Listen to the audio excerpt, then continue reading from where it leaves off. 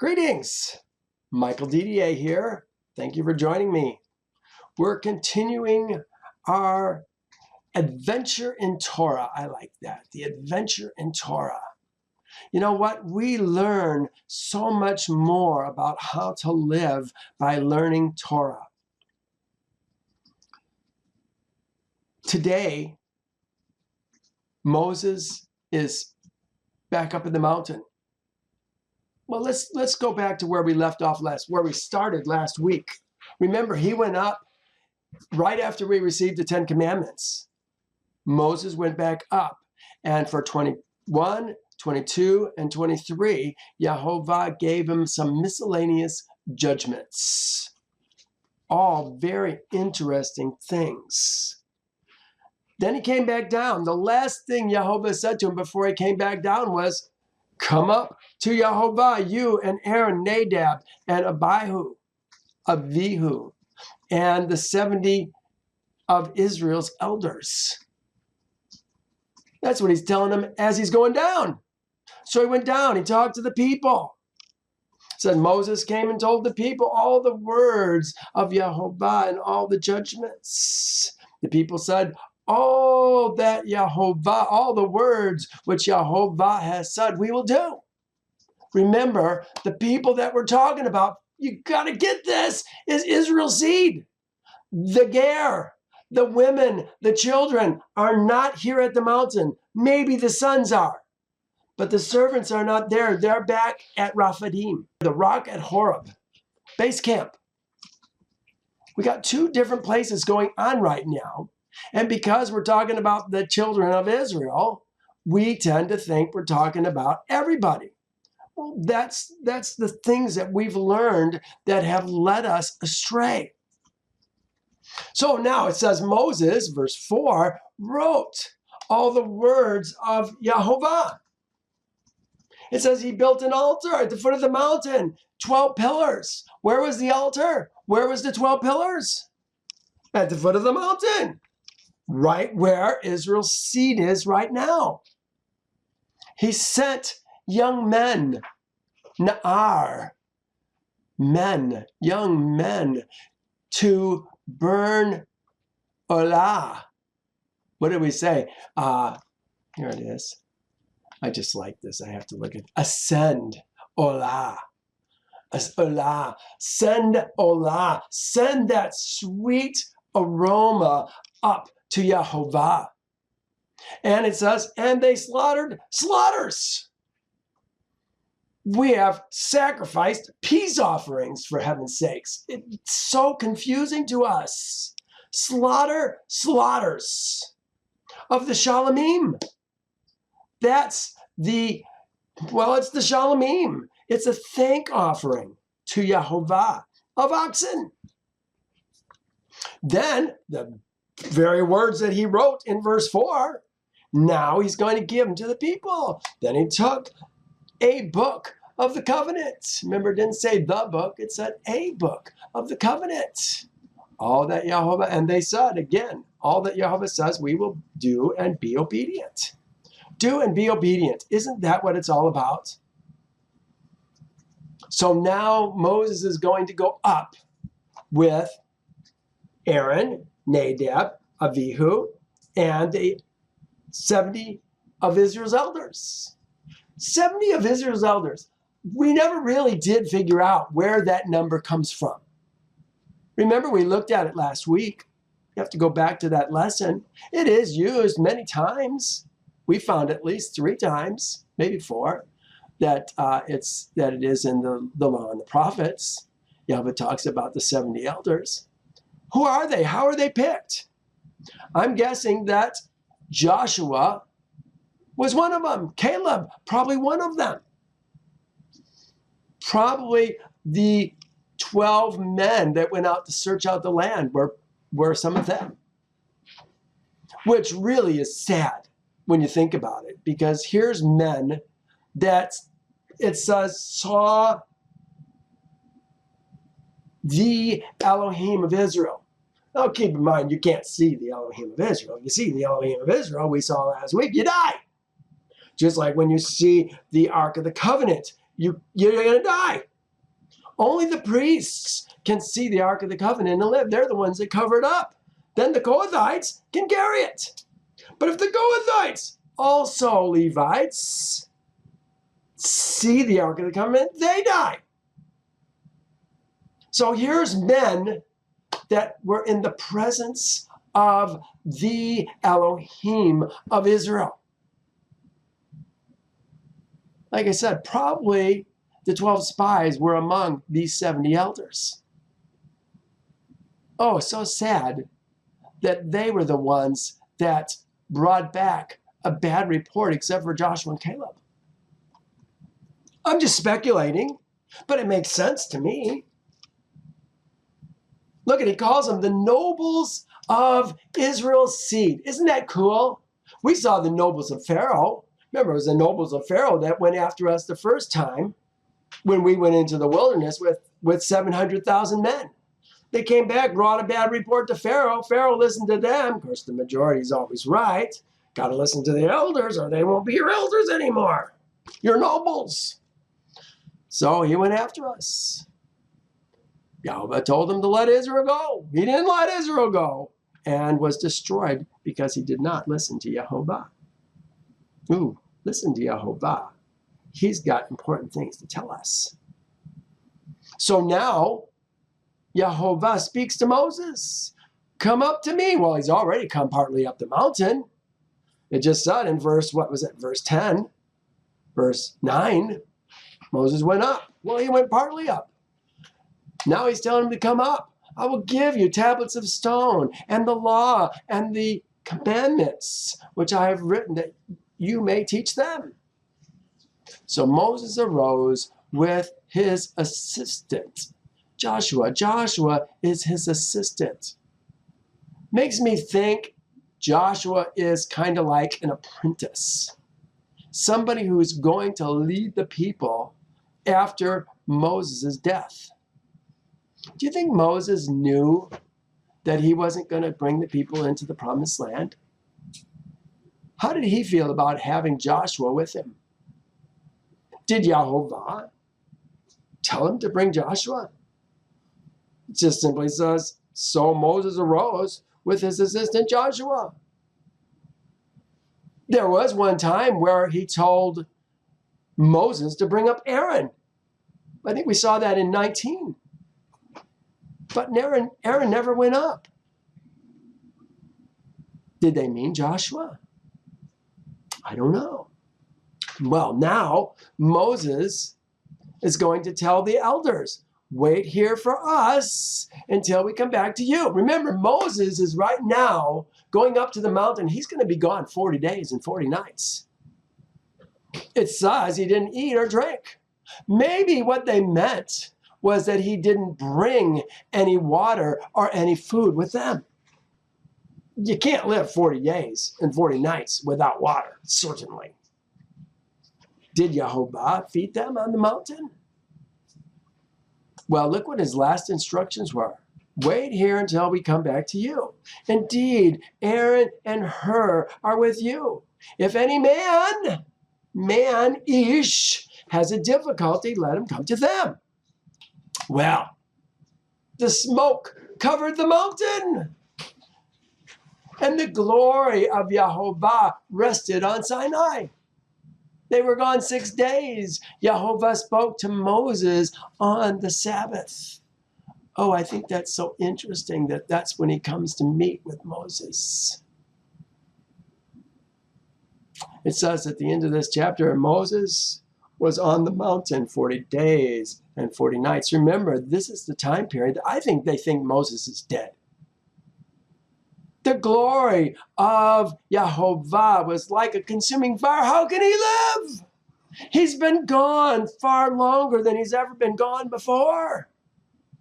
Moses is up there now, and he got what we saw last week, the instructions for the building of the tabernacle. In fact, not only the building, but also the operation of the tabernacle. Again, this is Yehovah talking to Moses, not the children of Israel. You know, we got to keep this in mind. He hasn't told them anything yet. He says, speak to Israel's seed that they bring an offering. From everyone who gives it from a willing heart, you shall take my offering. The offering is coming from Israel's seed. He's going to speak to them. Now, Israel's seed can take it from the ger. Israel's seed can take it from their women, from their servants. I suppose, could a servant give something? Does a servant own anything? Give it to the master, and he brings it with a willing heart to Yehovah. But look at the things they ask for: gold, silver, bronze, blue, purple, scarlet thread, fine linen, goat's hair, ram skin. It says badger skins, acacia wood, oil for the light, spices for the anointing oil. These are all things that we're going to bring. It says, let them make me a sanctuary that I may dwell with them. With them. Interesting. This ark is going to be set up in the same place that the altar was set up and the same place that the pillars were set up, at the base of the mountain. Now, once we move, then the ark is going to be in the midst of our camp. And we saw how the tribes in past weeks, and we'll see it again, camped around the testimony of, or the ark of the testimony, the tabernacle. Well, the very first thing that he commands Moses to build, he says, you shall make it. All the furnishings, you shall make it. But then he says, and they shall make an ark of acacia wood. And thou shalt overlay it with pure gold. I don't know how the they even got in there. Every place else it says thou. I guess the they's in there now and then. But remember, the buck stops with Moses. Moses is the one who's responsible. Moses appears to be the one who saw something in heaven and is trying to emulate it on earth. Because he says, according to what you saw, you shall do. This ark was approximately 2 foot by 2 foot, 2 foot wide, 2 foot high, and 4 foot in length. 2 foot by 2 foot by 4 foot, 27, 45. Overlaid with pure gold. You know, we talked about why did Yehovah give his instructions concerning the ark of the tabernacle and start with the ark? How come he didn't start with the tabernacle, what he's going to do in 26? He started with the ark. I think it has more to do with a man's heart that's been refined to be fine gold. Gold in this case. Remember, the ark is covered inside and out with gold. It's acacia wood, but it's covered inside and out with gold. You know, we were talking about the lavav last week, and I kept saying it was the heart within the heart. And I listened to that, and I thought, no, Michael, you did it wrong. The lamed bet is that which guides the house within the house. We talked about that in my Loving Yehovah 101. The heart, the nefesh, the thoughts and emotions, and the me'od, the things that are done in accordance to the Torah. It's the heart that sees the invisible things of this world for man and then responds to that.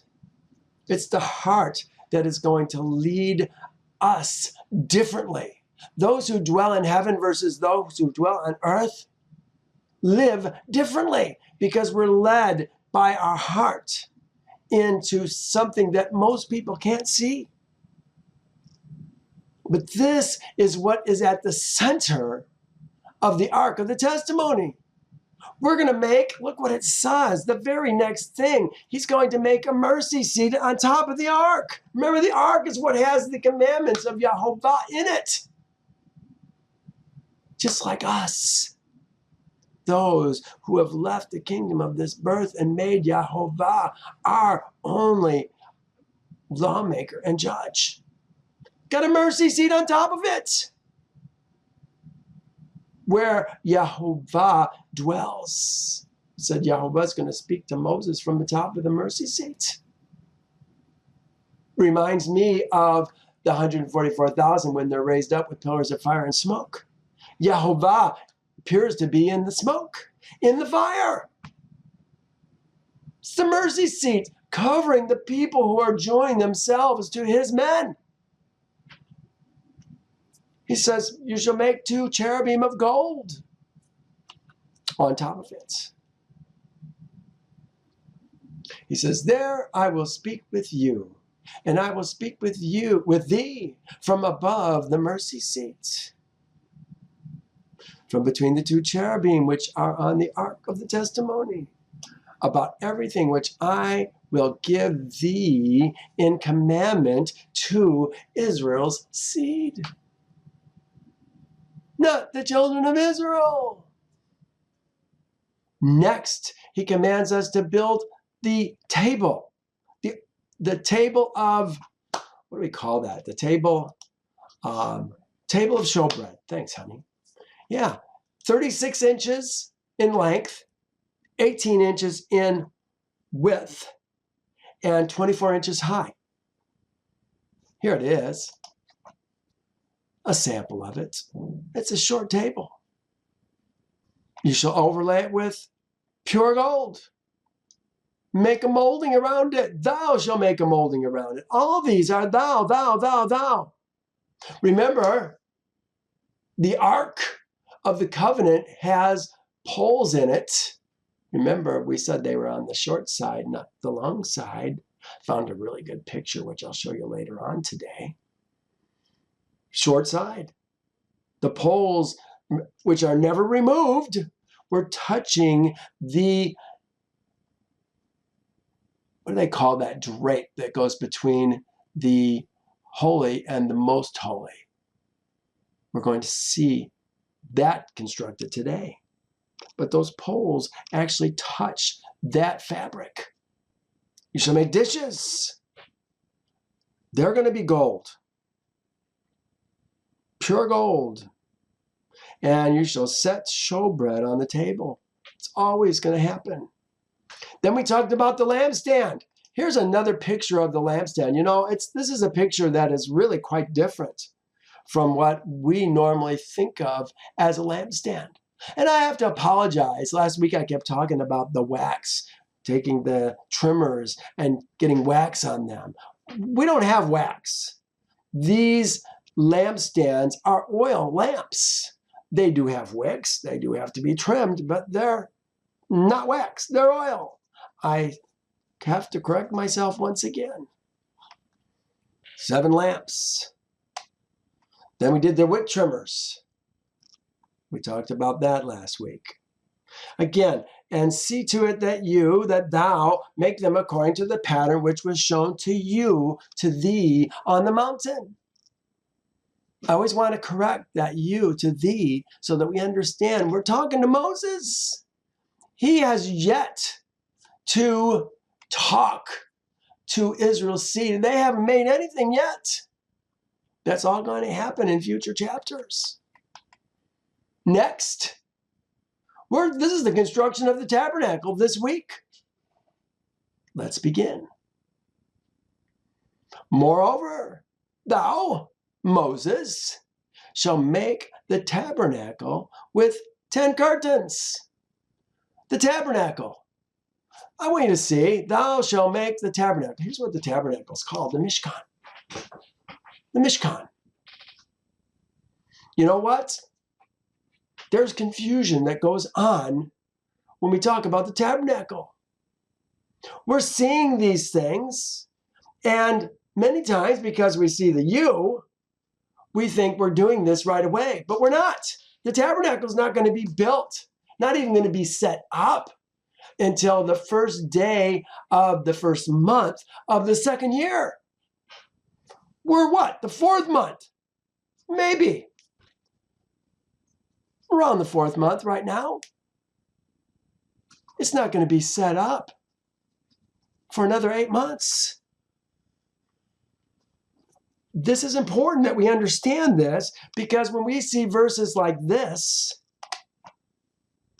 Moses took his tent and pitched it outside the camp, far from the camp, and called it the Tabernacle of Meetings. Hear that? Makes it sound like the Tabernacle of Meetings has been moved. But this is not the Tabernacle of Meetings. This is, here it is, right here. See this word here? Ohel. Ohel Moed. The tent of meetings. Tent of meetings. This is Moses' tent. This is where Yahweh is going to meet with him. That's what he's moving it. Outside the camp to the foot of the mountain, where the ark of the testimony is eventually, or the tabernacle is eventually going to be. But because they use this tent, or change the word tent to tabernacle, it confuses us. We think the tabernacle's already been built, and it hasn't been built yet. We're just getting started. So much to see. Let's go back. Moreover, thou shalt make the tabernacle, the Mishkan, there it is right there, the Mishkan, with 10 curtains of fine white linen. Fine white linen. Here's the word for that. It's called shesh, or shishi, twined. Fine linen, twined, and blue, and purple, and scarlet. Linen. Again, twined. This garment appears to me to be particularly, the main color is white.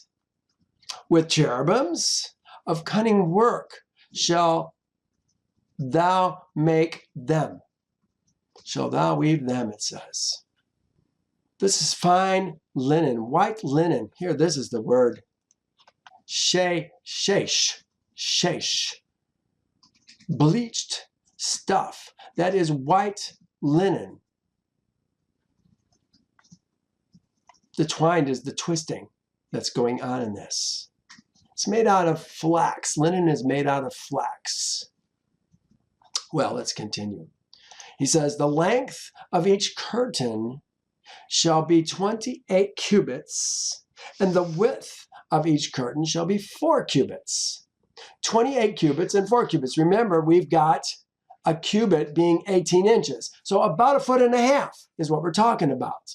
So we could take the 28, add 28 plus half of 28, 14, and we get to 42. We take the 4 cubits, half of 4, add that is 2, we get to 6 feet. Just down and dirty, but it gets us a really close estimation of what this curtain is. 42 feet long, 6 foot wide. And each of the curtains shall have the same measurements. Then he says, 5 curtains shall be coupled to one another. Coupled. The word is joined. I think they were sewn together. Because look what's going to happen next. 42 is the amount that's going over the top of the ark, widthwise. They say the ark is going this direction. Widthwise, it's going to come down and go over the top of it. We're going to see it's going to come down. It's going to hang right down to the bottom of the ark. So the only thing that we're going to see of the curtains from the inside is the ceiling, the cherubim on the ceiling. The walls we're going to see are going to be of acacia wood covered with gold.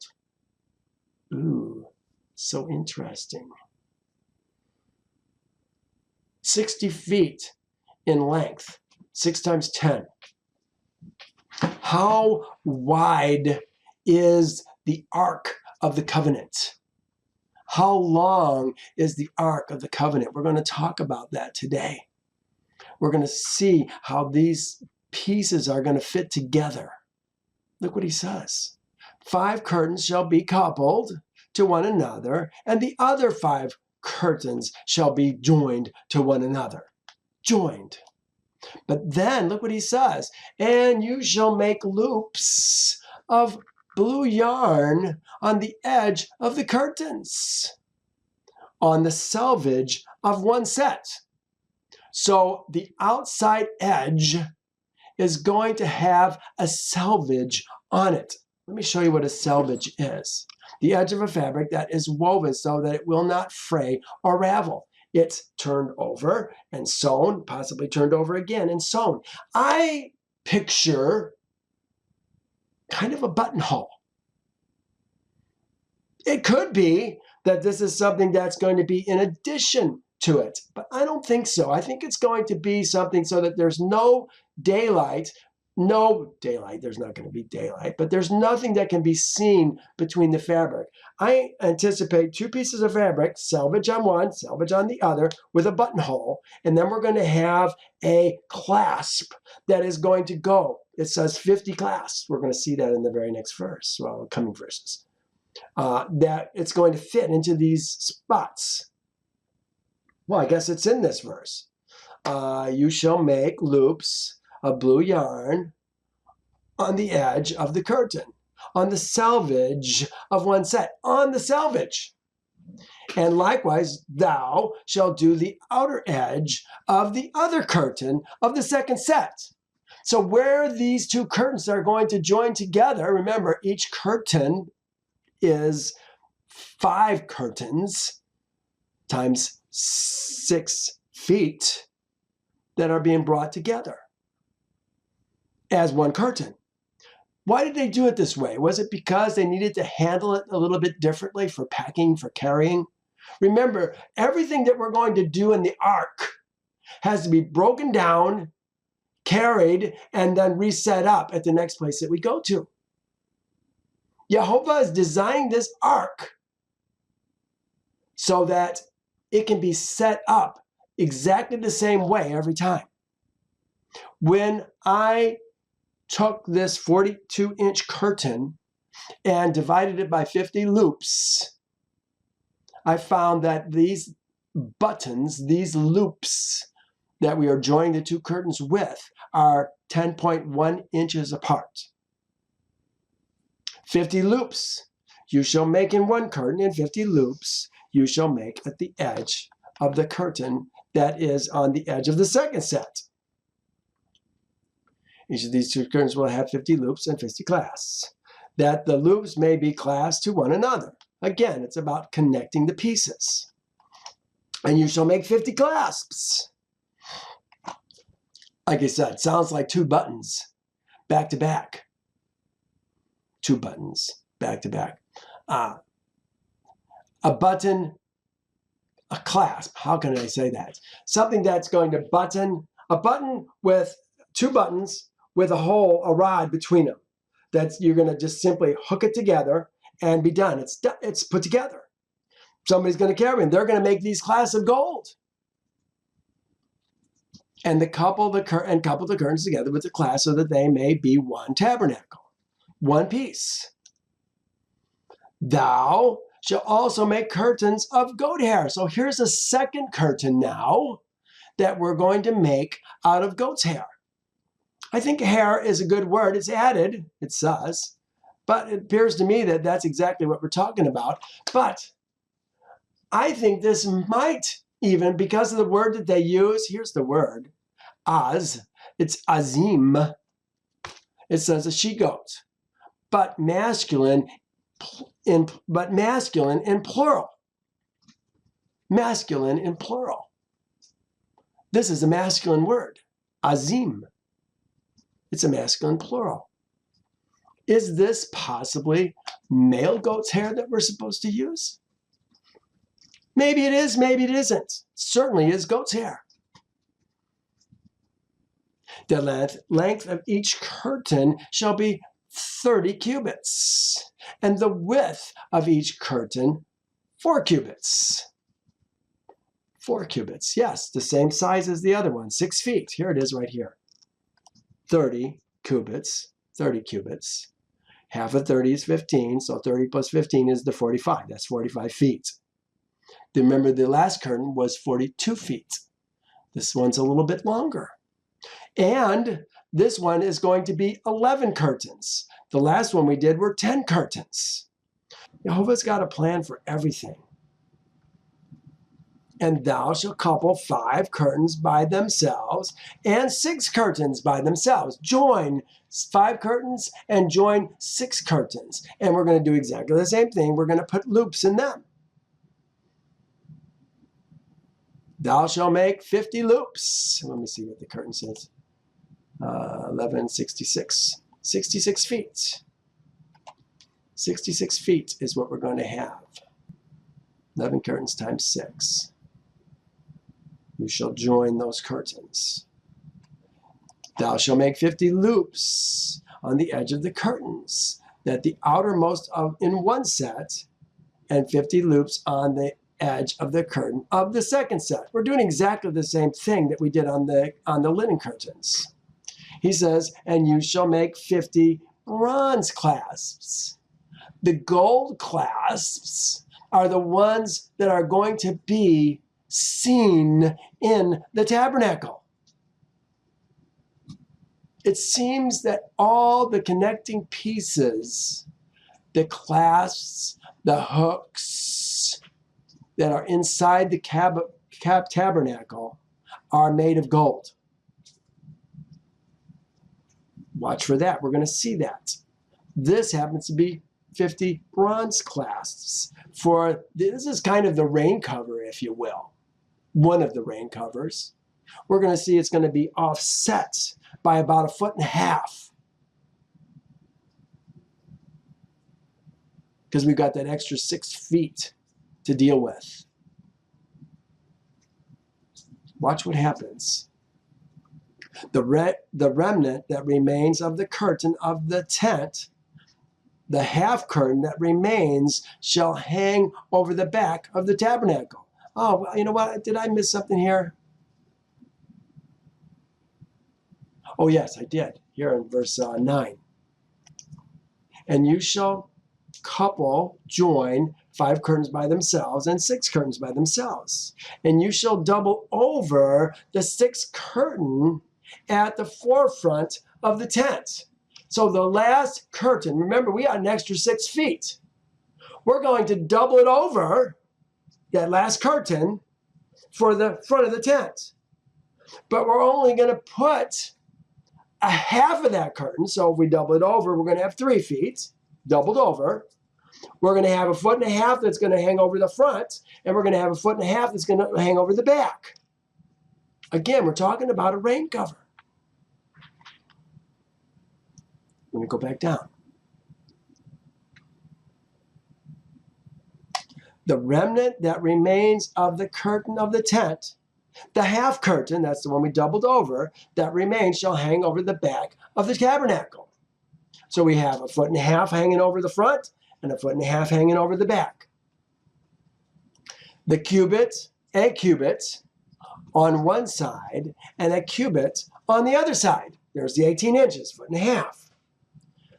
Of what remains of the length of the curtains of the tent shall hang over the sides of the tabernacle on this side and on that side to cover it. Now, what does that do? If we have it folded in half, we end up with a 3-foot curtain. So we have essentially 5 curtains and 5 curtains plus this doubled over one. When we double over the last one and jog it just 1.5 feet to the back, now the center where we had for the linen curtain and the center where we have for this curtain are going to be offset by 18 inches. You shall make a covering of ram skin dyed red for the tent, and a covering of badger skins above that. No length, no buttons. What do we call it? Clasps, loops, clasps. Doesn't give us anything more than just this. Ram skin dyed red for the tent, and a covering of badger skins above that. The holy place has 4 curtains then. An embroidered linen curtain, a woven goat hair curtain, a red sheepskin, again, no dimensions given, and this badger skin. So many of them translate this badger skins, seal skins. Here, I've got some other ones down here. Porpoise skins, dugong skins. Dugong, what's a dugong? A herbivorous marine mammal, native of the tropical coasts of the Indian Ocean. I did some more research on this. This is Ancient Hebrew Lexicon of the Bible. Unknown animal, it says. Unknown animal. Does it make sense to you that we're going to use a badger skin, an unclean animal, over the top of our ark? Does it make sense that we're going to use an unclean animal from the waters? Porpoise skins. Dugong skins. I can't handle that. It doesn't make sense. Yahovah's not going to allow that. It's like putting a pig skin on it. We just don't do it. We don't use unclean animal. This is the contemporary Jewish Bible. They had an interesting one. They said, fine leather. You are to make a covering for the tent of tanned ram skins, an outer covering of fine leather. You shall make for the tent covering covering of tanned ram skins and a covering of goat skins.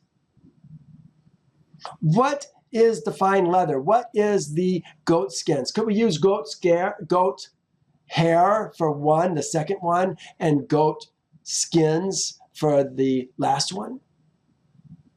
That might work. That might work. I would think that would be much more acceptable to Yahovah. Here, this is the, this must be word study. A masculine noun referring to an unknown animal or skin of some unknown animal. The renderings most common are badger, we saw that, dolphin, sea cow, dugong, or a tropical, the dugong, a large tropical Sirenian mammal. Here is, this is Strong's. Probably a foreign derivation. He put a clean animal with fur, probably a species of antelope. That could be. That would make sense. At least it's a clean animal. Well, you know, these are one of the thousands of questions that we'll have to learn when Yahovah brings back Zion. It says his watchmen shall all see eye to eye. Maybe we'll know by then what this is. Now he's going to switch. We've got the curtains. Started with the top, going from the top to the bottom, it appears. Now he's going to tell us how to build the tabernacle itself. And for the tabernacle, now, again, he's talking to Moses. Moses sees this. Moses is the one who's going to bring back the information. Shall make the boards of acacia wood, standing upright. Hear that? These boards are standing upright. Oh, my goodness. Through the years, I've seen these boards as the floorboards of the tabernacle. Missed that it says standing upright. Saw the tongue and groove, figured it must be down below. But you know what? The floor of the tabernacle is dirt. I think that's interesting. Take off your shoes when you come before me. Did the priests wear shoes when they came before Yehovah? I don't think they did. I don't remember a single thing talking about footwear. I think they were barefoot. I may be wrong. It's been a while since I read it. We're going to get into it next week. We're going to talk about the priests next week. Very interesting. Well, look what it says about the boards. Again, they're acacia wood, standing upright. It says, well, hold it. Let me do this. Check this. I want to show you what they look like. Here's the ark. Here's the linen covering, the goat hair, the red sheepskin, goat skin, and potentially the antelope skin, perhaps, is what's going on with this one. So much to learn. Let's go back. Oh, let's look at the other thing that I had here. Here's somebody else's interpretation of this. Notice this one is almost touching the bottom. I think the other ones are way more than touching the bottom. They're going to be pulled tight. Probably this is a more accurate interpretation of this being pulled as a covering over the tent. There are some really good pictures out there, but you got to look really hard to find the things that actually work with what Yehovah's word actually says. He says 10 cubits shall be the length of the board. 10 cubits shall be the length of the board. How long is 10 cubits? 10 plus half of 10 is 15 feet. That means the tabernacle is 15 feet tall. There it is right there. Definitive. Now, it's going to have a silver, what do they call that? A socket. Sockets. It's going to have silver sockets underneath it because the boards don't touch the ground. The silver touches the ground. So it will have sockets underneath it. That'll raise it up maybe an inch or two. But we're talking basically 15 feet. Nothing's going to be added to that. 10 cubits shall be the length, and a cubit and a half shall be the width of each board. Now, this is very interesting because these boards are going to have a tenon. But if you take 10-foot board, or no, 10 boards, what does he say? 10 cubits be the length of the boards. You shall make acacia wood. 10 cubits shall be the length of the board, and 10 cubits. How many boards are we making?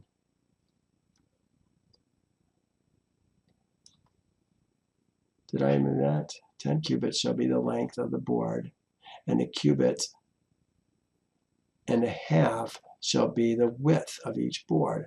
How many boards are we making? And for the tabernacle, you shall make the boards of acacia wood. I read. Okay, maybe he hasn't told us how many boards we're going to have yet. Okay, so now we're going to have tenons. 2 tenons shall be in each board for binding one to another. Hear that? We got a tenon on each edge of the boards to hook one to the other. Tenons. Here's what a tenon looks like. Kind of give you an idea. One fits into the other, holds them together. But we're going to see that these boards are wide enough to have a rod go through the center of the board. Rods, also a couple rods, 4 rods actually, that are going to go on the inside of the tabernacle. I believe they're made of gold. They would have to be made of gold if they're on the inside of the tabernacle. But there's one that's going to go through these boards, the length of these boards. Again, to give strength to this structure. The tenon adds strength. But these are all going to be grooved. But now, think about this. We were looking at 20 boards, is what it's going to say, 20 boards hooked together. You can't go 20 times 18 and get the length of the tabernacle because there's an overlap in the boards.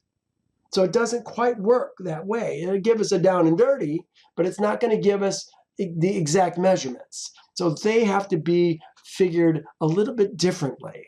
We'll talk about that in a moment.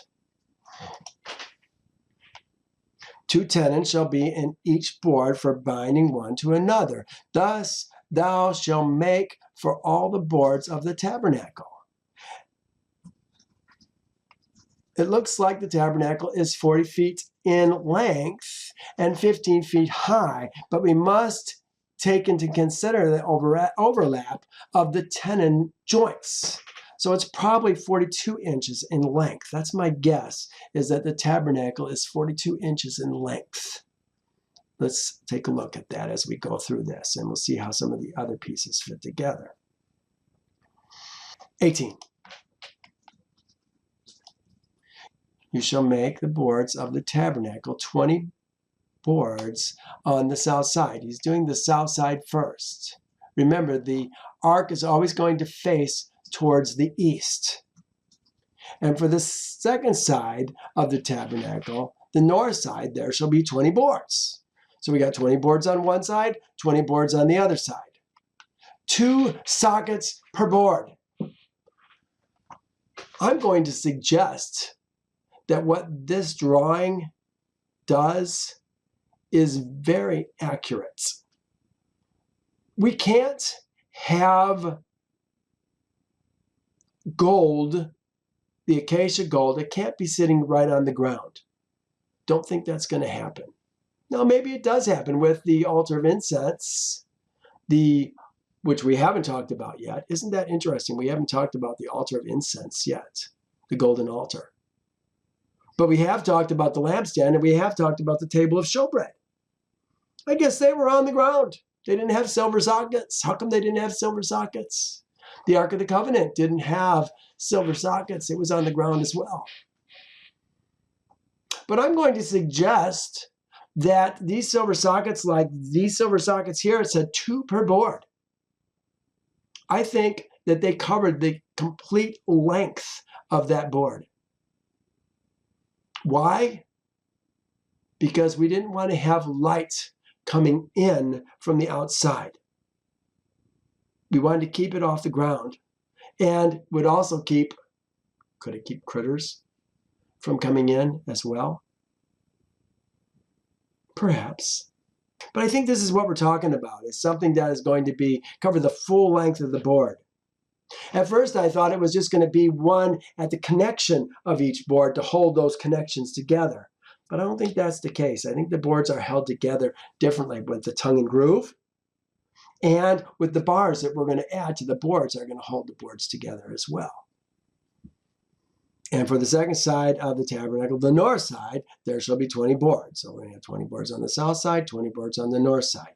And there are 40 sockets of silver, 2 sockets under each of the boards. Notice when we're talking about the inside of the tabernacle, everything that touches the ground has sockets of silver. Everything that is hung from these these boards that are above the ground will have sockets of gold.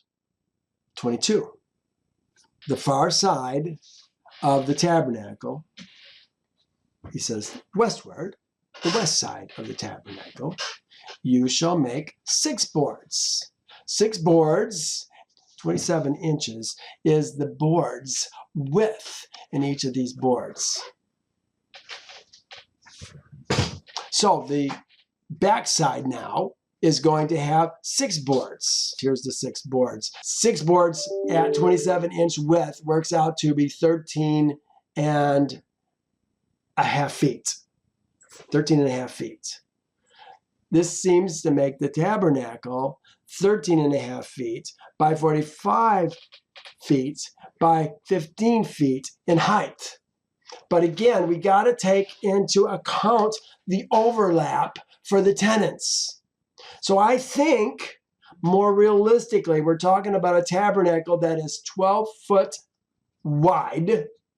1.5 foot of that 13 feet is going to be tenon and groove. 42 inches in length, 15 inches in height. That's what seems to be what the Ark of the Covenant, the size of it actually is. 23. You shall make 2 boards for the back corners of the tabernacle. 2 boards for the back corners of the tabernacle. They're being connected together a little differently because we've got those boards fitting together. Here, let me just show you. They don't have pillars. These are just boards. Here's the board that we're talking about right here. One there and one here. They're going to be coupled together with loops. Oh, look, they put the rods on the outside. Now, I guess that makes sense. Put the rod on the outside. The silver footings, sockets, down below. And then there's rings here, here, down below on this one, and right here on this one that are going to tie these corners together. So not only they're going to be tied together with the sockets, but they're also going to be tied together with these loops. We'll see that in a second. I really haven't talked about the loops yet. Let me go to there. And you shall also make 2 boards for the 2 back corners of the tabernacle. They shall be coupled together at the bottom, and they shall be coupled together at the top by 1 ring. Thus it shall be for both of them. They shall be for the 2 corners. There's only 2 corners. The other portions of the ark, the front part, the east part, is going to be put together differently because it's going to have a drapery there. Drapery, it's the wrong word to use, but you get the idea. So there shall be 8 boards with their sockets of silver, 16 sockets, 2 sockets under each of the boards. 8 boards? I thought there was 6 boards. Oh, the last 2 boards. Apparently they're going to have sockets too, so those 2 boards must fit into the sockets also. Oh, how interesting. I didn't catch that. And you shall make bars of acacia wood. This is bars of acacia wood. What are they going to be covered with? Let's find out. Thou shalt make bars of acacia wood, 5 for the boards on the side of the tabernacle, 5 boards for the boards on the other side of the tabernacle, 5 bars for the boards on the side of the tabernacle for the far side westward. So we're going to have bars that are going to run the length of the south, the north, and the western side, holding it together. Again, something that, remember, we got tenon and groove, but even they can move sideways if you let them. But these rods then are going to fit apparently on the outside. Let's see what it says about outside or inside. The bars shall pass through the middle bar. We have 5 bars. It says the middle bar. Now this one, whoops, that's not it. This one, look, it has 3 bars. I think he made a mistake. It's supposed to be 4 bars on the outside because we got 5 bars on each side. The middle bar is going to pass through the inside the wood. He's only got 3 on the outside, so we got something that I think he missed. Perhaps. The middle bar, there's 5 bars, verse 27, 5 bars for the boards. The middle bar shall pass through the midst of the boards from end to end. Again, giving it great stability. Now he says, thou shalt overlay the boards, their rings of gold as a holder for the bars. Oh, here it is. And overlay the bars with gold. Gold rings. Remember, I said they were off the ground. Gold rings that are on the boards that are in the silver sockets. And these bars are covered with gold as well. Makes sense. It's all gold, inside and out. And you shall raise up the tabernacle according to its pattern, which you were shown on the mountain. Did he see Jehovah's tabernacle? Where Jehovah dwells in heaven? I wonder, is that what this is being made out of? Could that be? Moses was the one that saw it, so the details have to come through him. Thou shalt make a veil. So now we're switching gears. We've got the tabernacle, the pieces for the tabernacle put together. But now we're switching gears once again. Going to talk about the veil. That's the word I was looking for. The veil that is between the holy place and the most holy place. You shall make a veil of blue, purple, and scarlet thread. Fine woven linen. It shall be woven with an artistic design of cherubim. Sounds like it's just like the first one that was on the ceiling that we're going to see on the ceiling inside the ark. This one's going to hang down. This veil hangs between the holy and the most holy place. You shall hang it upon the it says the four pillars of acacia wood overlaid with gold. Their hooks shall be of gold. There's the hooks of gold. The pillars are of gold, but the sockets are of silver. 4 sockets of silver, 4 pillars. We're going to have one at both ends, 1 and 2 in the equidistance in the middle. Their hooks shall be of gold. We're going to hang the veil from these gold hooks. Talking about clasps in this next chapter. Once again, here, let me look at the hooks. Here's the sockets. Sockets, Eden of silver. Like the boards, these pillars are all set in sockets. Silver sockets. In the tabernacle, no boards touch the ground. You shall make 40 sockets of silver under the 20 boards. Yeah, no boards are touching the ground. And you shall hang the veil from the clasps. Here's the word for clasps that we're talking about. Karez, a knob, a pin. I picture a hook that they're going to be hung on, almost again like a buttonhole would fit nicely for these curtains to put them on the hooks. Remember, it's got to be portable, something that can be taken down and packed up easily and then reset up. I picture the veil with 4 buttonholes to put the hooks through. And thou shalt hang the veil from the clasps. Then thou shalt bring the ark of the testimony in there. Then, once we have it up, then we can bring it in. The veil shall be a divider for thee between the holy place and the most holy. Thou shalt put the mercy seat upon the ark of the testimony in the most holy.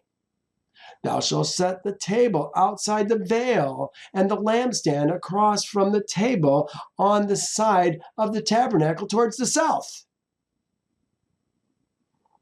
As we face the tabernacle, or as we face the curtain, as we face the Ark of the Covenant behind the curtain, we're going to have on the south side the table of showbread, and on the north side the lampstand. The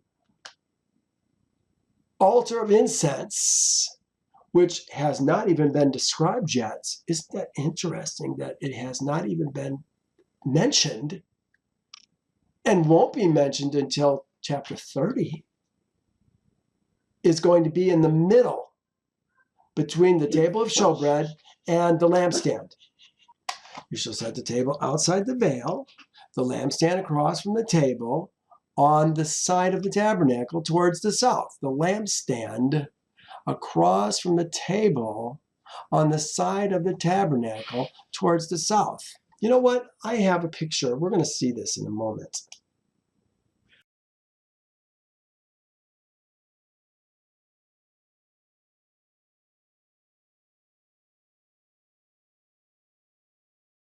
You shall make a screen for the door of the tabernacle. Something new. This is what's going to cover the east side of the tabernacle. 15 inches is going to be how big this is. You shall make a screen for the door of the tabernacle, woven of blue, purple, and scarlet thread, and fine woven linen made by a weaver. Sounds like it's going to be very similar to the top, very similar to the veil. You'll make a screen for the door of the tabernacle, woven with blue, purple, scarlets, and fine woven linen, made by a weaver. The screen for the door of the tabernacle. It is a covering. What is that word? Masak. To cover, that is a veil. Okay, that's the veil. Covering. Screen is the word that we're using there. Made by an embroiderer, a rakam. Twined linen, those are words that we've used before. The work, ma'asa of a rakam. The work of an embroiderer. I'm guessing the curtains were predominantly white. That's what I think, is that most of these things were predominantly white with these beautiful purple, blue, and scarlet colors. Because this is a solid curtain, a man would go in and out of the tabernacle on either side. I'm guessing that one side was the entrance and the other side was the exit. This would prevent collisions and unnecessary chatter. Make sense? I think it makes perfect sense. Also note that the curtains that go over the tabernacle and the one that divides the holy place from the most holy place have cherubim embroidered on them. But the instructions for this final curtain lacks that detail. Oh, really? It doesn't have cherubim on it. Very interesting. You shall make a screen for the door of the tabernacle, woven blue, purple, scarlet. It doesn't say anything about the cherubim. That's true. Well, I'm glad I saw that. And thou shalt make for the screen 5 pillars of acacia wood. Can you guess what the pillars are going to be covered in? Can you guess what they're going to use for sockets? Well, you may be surprised because these sockets are going to be bronze. Isn't that interesting? Why are these sockets bronze and not silver? Does it have to do with who can see it? I wonder. Overlay them. This is the pillars. They're being overlaid with gold. The hooks are gold because they're on the inside. And you shall cast 5 sockets of bronze for them. With gold hooks and bronze sockets at the base of the pillars, I would have to guess that the curtain is on the inside of the pillars. Yeah, it would have to be.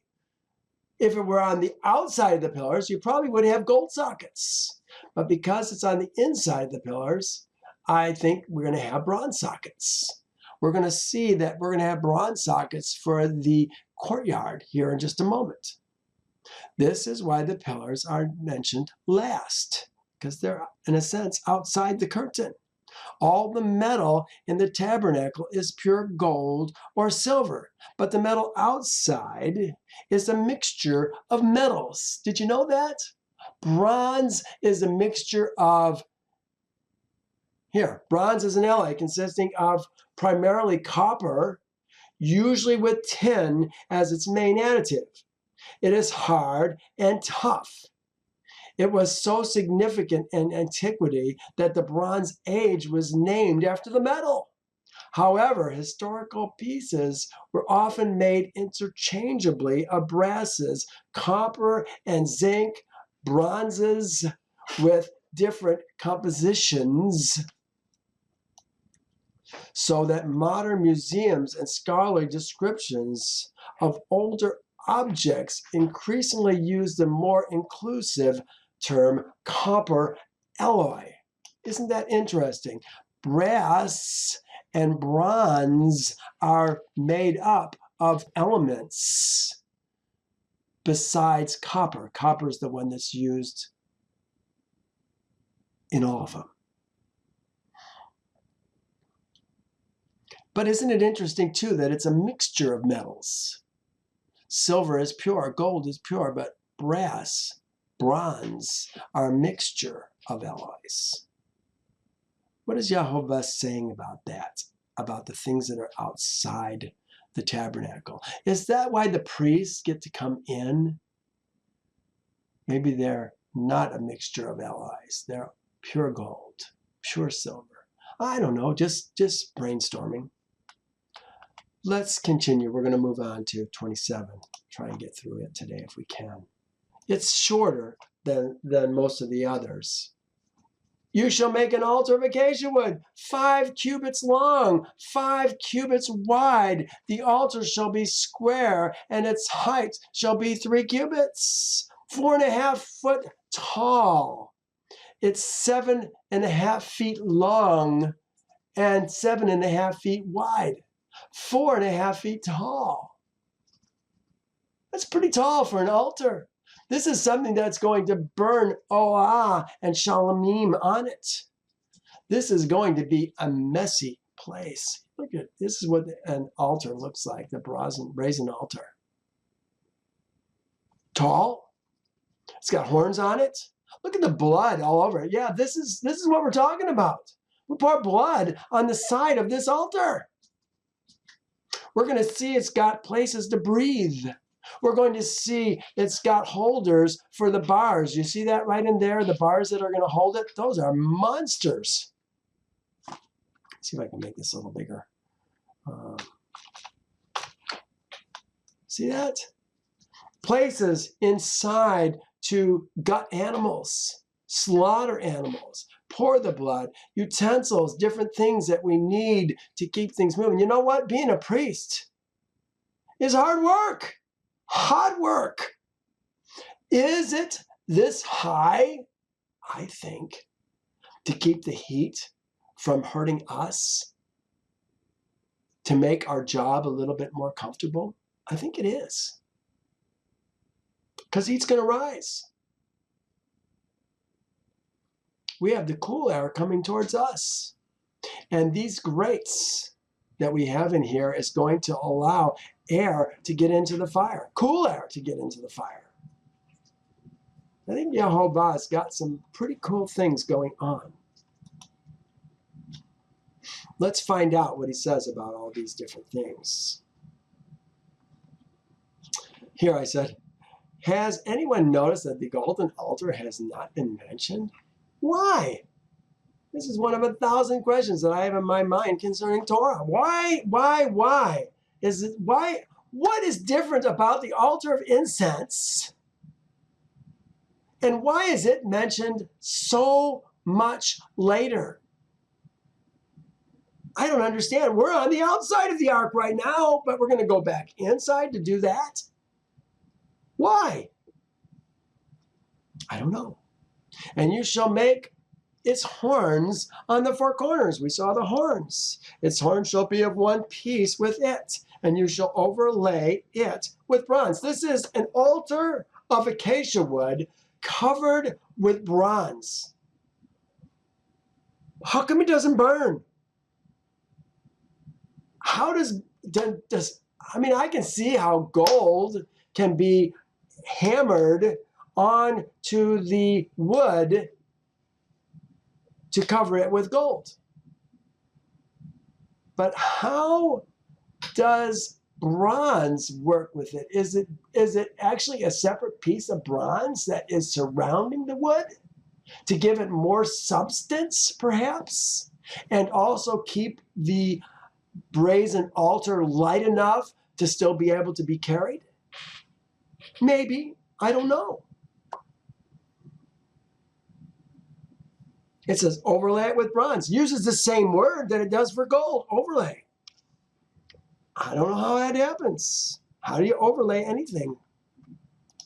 You certainly don't do it the same way you do bronze or gold. The altar seems to be wood covered with bronze. I put the compound of bronze as a compound of copper and tin. Yeah, sometimes other substances are added. And thou shalt make its pans to receive the ashes, and its shovels, its basins, and its forks, and its fire pans. You shall make all its utensils of bronze. There's a lot going on with this altar. Wood that has to go onto it, ashes that have to come out of it. A lot going on. Thou shalt make a grate for it, a network of bronze. And on the network you shall make 4 bronze rings at the 4 corners. That's what I was pointing out to you on the network that we were talking about. Is this part right in here. Here's the places for the, and you know what? These poles that are going to fit in this have to be long, have to be stout. Because they're going to have to be more than just 4 guys that are going to carry this baby. This is a big thing. It looks, in one of my drawings, that it may have an ramp that goes up to it. You shall put it under the rim of the altar beneath, that the network may be midway up the altar. And thou shalt make poles for the altar, poles of acacia wood, and overlay them with bronze. There we are again, overlaying something with bronze. How do you do that? Can we make the bronze that fine that it can be hammered onto the pole? I don't know. The poles shall be put in the rings, and the pole shall be on 2 sides of the altar to bear it. Which side was it on? All right, I'm being silly. They're both the same size, 7.5 feet by 7.5 feet, aren't they?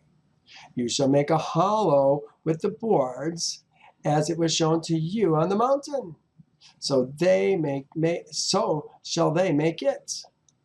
Thou shalt also make the court of the tabernacle. Now we're turning to the court of the tabernacle. For the south side there shall be hanging on the court fine woven linen, 100 cubits long for one side. How long is 100 cubits? 100 plus half is 150 feet. So we know that the courtyard is going to be 150 feet in length. You shall make the court of the tabernacle for the south side. There shall be hangings for the court made of fine linen. That's all it is, fine linen. Remember, that was the linen that was white. These are white. This is a white courtyard. 100 cubits long for one side. And its 20 pillars and their sockets shall be of bronze. So here's pillars, not apparently covered with silver or gold. They're wooden, but they have bronze sockets. Again, we're going to keep it off the ground. The hooks of the pillars and their bands shall be silver. So where the hooks and the bands on the inside of the tabernacle were gold, on the outside they're going to be silver with bronze sockets. The hooks of the pillars and their bands shall be silver.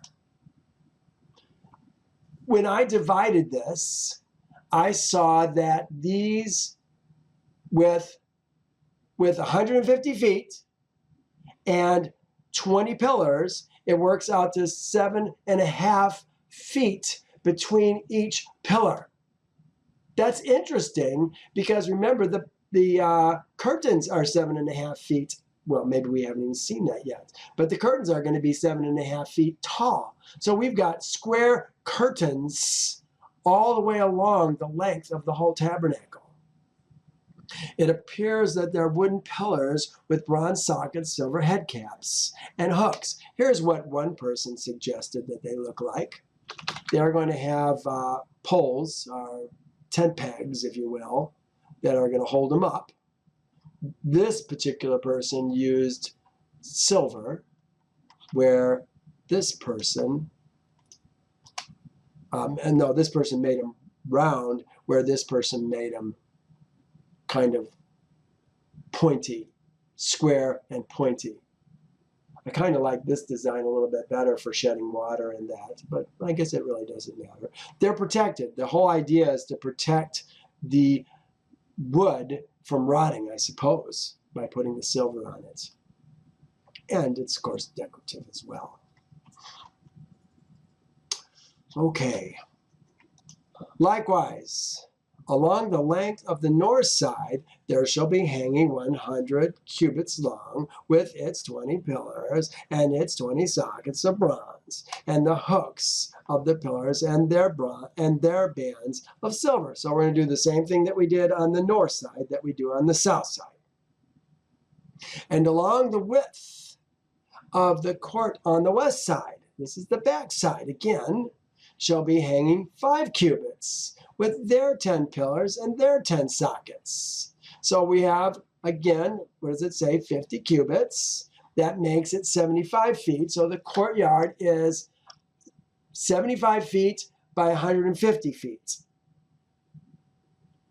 Half a football field in length and half of that in width. Here it is. Remember, we said the ark was about 12 feet wide. 12 feet wide by 42 feet in length by 15 feet high. It's pretty tall compared to a man, twice the height of a man.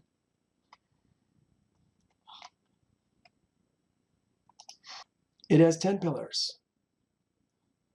The width of the court on the east side shall be 50 cubits. Again, the east side is going to be the same as the west side, only it's going to be constructed a little bit differently. Well, the west side is one piece of linen, 7.5 feet tall, 75 feet in length, 50 cubits in length. This side is also going to be 50 cubits, but they're going to put it together a little bit differently. The hangings on one side of the gate shall be 15 cubits, with their 3 pillars and their 3 sockets. And on the other side, hanging of 15 cubits, with their 3 sockets and their 3 pillars. Let's take a look at the picture again. Here's the 3 sockets. 1, 2, 3. 1, 2, 3. And so there's 15 feet here, 15 feet here. On one side shall be 15 cubits. Not 15 feet, 15 cubits. 15 cubits with 3 pillars and their 3 sockets. 22.5 feet is 15 cubits. 22.5, 22.5, that's the 45. And what's left is the 30 feet. That's the 4 curtains of 7.5 feet apart. That's where I was making my mistake. Okay.